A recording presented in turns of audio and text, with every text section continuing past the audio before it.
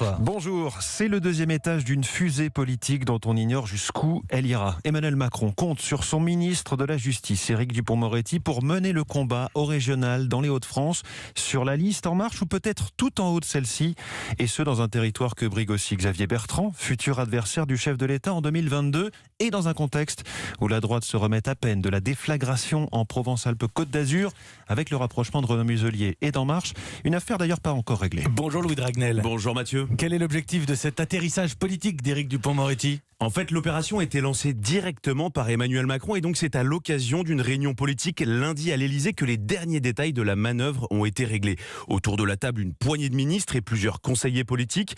L'entourage d'Emmanuel Macron ne manque pas de mots louangeurs pour ce ministre de la Justice marqué à gauche qui, après avoir quitté la robe d'avocat, avait très envie de se construire un véritable parcours politique et ça passe forcément par la légitimité des urnes. Cette candidature arrange bien la Macronie qui n'arrive pas à faire émerger Laurent Pietraszewski, secrétaire d'État à la réforme des retraites, tête de liste jusqu'à aujourd'hui du parti présidentiel dans les Hauts-de-France. En clair, le chef de l'État a bien l'intention de voir le ministre de la Justice prendre la tête de liste à sa place avec un double objectif, combattre de toutes ses forces le Rassemblement national, ce parti qu'il a toujours détesté, et surtout affaiblir la candidature de Xavier Bertrand, qui a fait de l'élection régionale un préalable à sa candidature pour la présidentielle, et qui d'ailleurs n'y est pas les mains mortes ce matin dans le Figaro en qualifiant Emmanuel Macron de cynique et de destructeur. Vous restez avec nous, Louis Dragnel. On parle de cette région, les Hauts-de-France, mais allons-y. Lionel Gougelot, bonjour. Bonjour. Oui, puisqu'il y a donc un autre poids lourd du gouvernement dans la bataille électorale des Hauts-de-France. Gérald Darmanin, candidat, mais au départemental. Alors là aussi, Lionel, le ministre de l'Intérieur vient pour bousculer les équilibres politiques. Oui, imaginez un Gérald Darmanin presque assuré de son élection dans son canton de Tourcoing, qui devrait en toute logique intégrer le groupe politique actuellement majoritaire au département, qui rassemble des élus LR, UDI et divers droites, mais qui a déjà prévenu sa famille d'origine qu'il soutiendrait par ailleurs le candidat République En Marche au régional.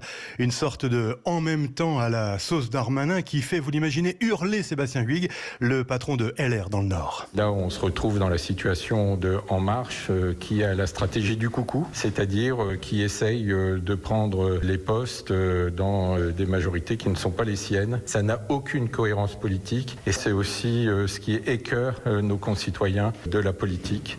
Une sorte de en même temps, donc dénoncé. Officiellement, Gérald Darmanin ne vise pas la présidence du département, ambition plutôt limitée donc. Alors Jean-René Lecerf, l'actuel président de droite ex-LR, ouvre grand les bras à celui qui a rallié Emmanuel Macron.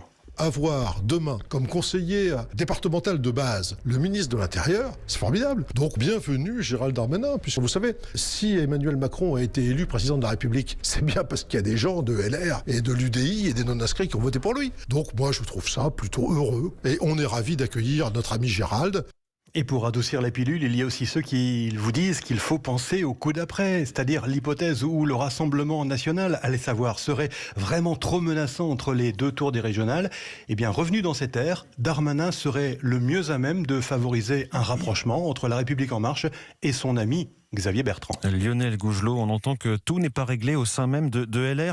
Je reviens à vous, Louis Dragnel. Alors si on comprend bien, Emmanuel Macron envoie deux têtes d'affiche dans les Hauts-de-France pour combattre à la fois Xavier Bertrand et le RN Sébastien Chenu, mais il y a là deux configurations bien différentes. Oui, absolument. Darmanin et Dupond-Moretti ne jouent pas exactement la même partition dans cette campagne.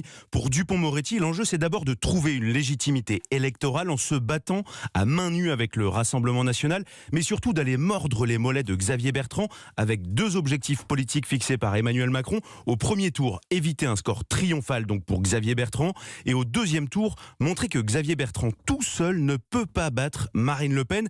En clair, qu'Emmanuel Macron est au moins aussi bien placé que Xavier Bertrand pour faire barrage à Marine Le Pen. Pour Gérald Darmanin, il sera très compliqué pour lui de dire du mal de Xavier Bertrand.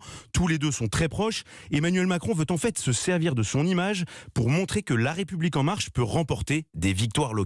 La finalité, en tout cas, dans tous les deux cas, c'est vraiment d'affaiblir Xavier Bertrand. Merci Louis Dragnel et merci à vous Lionel Gougelot, notre correspondant dans les Hauts-de-France. On voit que tout cela, évidemment, est directement lié à l'élection reine, la présidentielle.